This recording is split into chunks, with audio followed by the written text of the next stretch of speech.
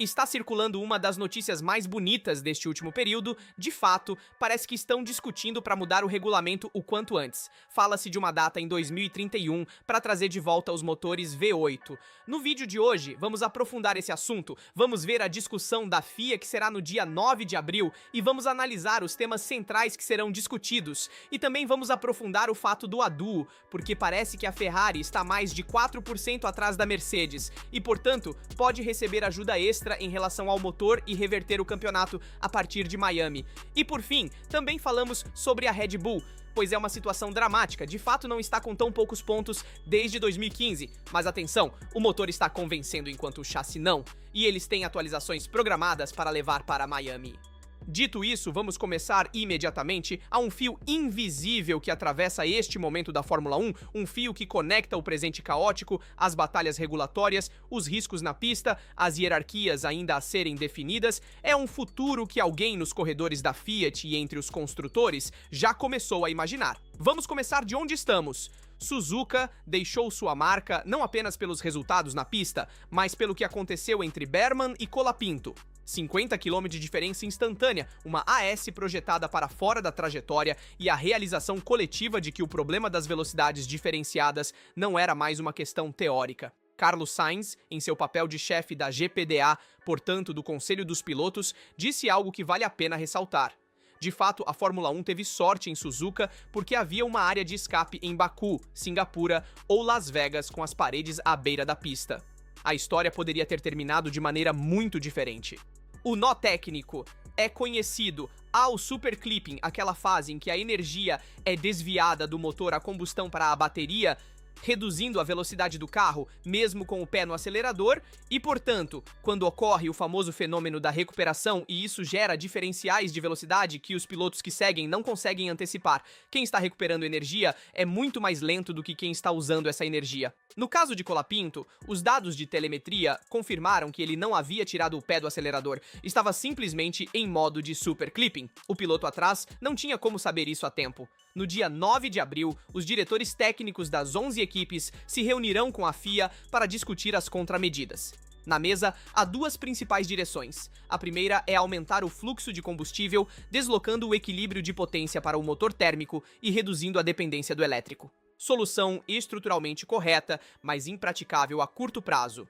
Requer modificações de hardware, avaliação no banco e tempos de homologação que tornam impossível qualquer intervenção na temporada em curso. É difícil até mesmo para 2027. A segunda hipótese é reduzir a potência máxima disponível do MGK, levando-a abaixo dos 350 kW atuais. Tecnicamente, é uma solução mais rápida de implementar, mas com um custo. E os carros se tornariam mais lentos. Os tempos de volta se aproximariam dos da Fórmula 2. E esse é um cenário que a Liberty Media não quer nem considerar. Enquanto isso, a Racing Bulls já está trabalhando em uma modificação nos sinais luminosos da asa traseira para avisar o piloto que segue com mais antecedência. Uma solução que trata os sintomas, não a causa, mas provavelmente tudo o que se conseguirá fazer antes de Miami. E Miami é o próximo prazo concreto. Se antes de 3 de maio não se encontrar um acordo entre as equipes e a FIA, já ficou claro que está disposta a agir unilateralmente no plano da segurança. A política de consenso, neste caso, tem um limite, portanto, mesmo que não se alcance a unanimidade, a FIA intervirá. Tudo isso acontece enquanto a classificação de construtores e pilotos está tomando uma forma que ninguém havia previsto totalmente. A Mercedes emergiu como a força mais completa, com um pacote em que o chassi e a unidade de potência parecem dialogar de maneira superior em relação à concorrência. E a Ferrari demonstrou ter uma aerodinâmica e um chassi de primeira categoria, mas o motor térmico está decepcionando as expectativas. Um déficit que não estava nos cálculos de Maranello. A Red Bull, por sua vez, se encontra em uma situação mais complicada do que o nome sugeriria. A RB22 sofre com um problema de peso significativo. Algumas fontes indicam que voltar ao limite mínimo pode exigir um chassi completamente novo, e isso não antes de 2027. No curto prazo, algumas atualizações devem levar a uma redução de cerca de 5 kg, razoavelmente antes de Silverstone. Mas o peso não é o único problema. A galeria do vento de Milton Keynes já está tendo dificuldades de correlação quando Newey ainda estava lá. Parece ter perdido ainda mais terreno em relação aos rivais. Portanto, ainda há menos correlação. McLaren e Aston Martin se mudaram para instalações de última geração, e sabemos que a Ferrari atualizou sua infraestrutura há cerca de 1 ano e meio. Sem correlação, constrói-se no escuro. E a Ferrari soube disso com antecedência e agora se encontra com o melhor chassi do grid, como também afirma Oscar Piastri. O McLaren diz que, na opinião dele, a Ferrari neste momento tem uma vantagem até sobre a McLaren em relação ao chassi e aerodinâmica. Pierre Waché inevitavelmente acaba no alvo da crítica na Red Bull, mas o raciocínio não se sustenta até o fim. Um engenheiro que liderou o departamento técnico da Red Bull através de 3 regulamentos aerodinâmicos diferentes, coletando títulos em série, não se torna de repente menos competente. O problema é estrutural, não pessoal, e ainda assim, essa situação desencadeou um mercado que, até poucos meses atrás, parecia ficção científica. Com Verstappen cada vez mais incerto sobre seu futuro, seu contrato expira em 2028 e algumas cláusulas contratuais podem antecipar o momento das decisões, e com a Red Bull longe do topo, as conversas em Mônaco podem ser muito mais interessantes do que o habitual. Dizem que a Ferrari, na pessoa de Vasseur, já havia avaliado o Waché no passado, e dizem que o próprio Verstappen está observando atentamente o que o cerca. Leclerc, por sua vez, está em uma posição de força silenciosa. Ele é a única alternativa real a Verstappen para quem quiser construir um projeto vencedor. Ele já deixou claro, com a delicadeza que o caracteriza, que este ciclo técnico será determinante para suas escolhas futuras. Não é uma ameaça, é uma declaração de intenções. Quer ser o centro do projeto sem ambiguidades. O Ora Métier, que Leclerc conhece bem dos tempos da Red Bull Júnior e também quando trabalhou na Ferrari, sabe exatamente o que isso significa em termos de renovação. Não se trata apenas de dinheiro, trata-se de clareza no papel. Na discussão de 9 de abril, a solução mais provável será diminuir a potência elétrica do motor. Então passar de 350 kW do motor térmico para 250 kW. É o cenário mais provável, embora tenhamos visto simulações a 200 kW que dariam, portanto, a corrida de Miami, a próxima do calendário, como uma corrida em que o elétrico poderia ser gerido de maneira mais eficiente, sem se concentrar muito na recarga, mas pensando também em acelerar ao máximo na pista. Mas atenção que, enquanto isso, as equipes já estão discutindo sobre o novo regulamento de 2031 e, portanto, trazer de volta os motores V8 com um turbocompressor, então motores V8 não aspirados, mas turbo, 2.4 litros, e atenção que se pensa em motores V8 sem eletricidade. Abandonar-se-ia completamente a parte elétrica do motor, sem recarga, sem impulso, e aqui voltaríamos a uma Fórmula 1 de puristas, um pouco do início dos anos 2000, com um motor V8. Sim, não temos o motor V10 aspirado que encantou nos anos 2000 e que nos emocionava, mas voltaremos a uma Fórmula 1 do início de 2010, mais ou menos, com uma aerodinâmica revisada. Certamente a aerodinâmica ativa será confirmada, mas encontraremos uma Fórmula 1 um pouco mais verdadeira, com pilotos que conseguem ir ao limite sem pensar na recarga. Atenção que é muito estranho, porém, na Fórmula 1 recente, discutir o novo regulamento quando acabaram de mudar o regulamento atual. Isso é algo que nunca vimos. Já na era híbrida, nos lembramos de quando começou o campeonato. Houve as primeiras dificuldades, víamos uma Mercedes em vantagem clara que dava 1 minuto de distância a todos os outros, mas não se falava em mudar completamente as regras após 2 ou 3 anos, não se falou sobre isso, enquanto que neste momento sim, então isso significa que a mudança regulatória será iminente. Haverá uma mudança no motor e provavelmente ocorrerá em 2031, mas todas as equipes parecem concordar que a parte elétrica enfrenta mais problemas do que qualquer outra coisa. Mas há uma palavra que ressoa nos corredores do paddock, uma frequência crescente, uma palavra que para alguns representa uma esperança concreta, para outros uma incógnita política e para outros ainda uma partida já perdida desde o início. Essa palavra é ADWO, Additional Development and Upgrade Opportunities, um mecanismo regulatório que a FIA construiu com uma lógica precisa: evitar que 2026 se transformasse em uma réplica de 2014, quando a Mercedes obteve uma vantagem técnica tão ampla que tornou o campeonato uma formalidade por anos. A ideia é simples em sua arquitetura e complicada em todo o resto. Os construtores de Power Unit são classificados com base na potência de seu motor de combustão interna. Quem estiver a mais de 2% de distância do benchmark, que neste momento é a Mercedes, recebe o direito de desenvolver um primeiro pacote de atualizações fora dos limites orçamentários normais e com horas adicionais nos bancos de teste. Quem ultrapassar 4% de distância tem acesso a um segundo pacote. O benchmark, obviamente, é a Mercedes e os números que circulam no paddock são de fazer refletir. De fato, o motor Mercedes AMG M17 e Performance seria capaz de entregar entre 550 e 560 cavalos na única componente de combustão interna, se esses números corresponderem à realidade, e a FIA o verificará formalmente após o Grande Prêmio de Miami.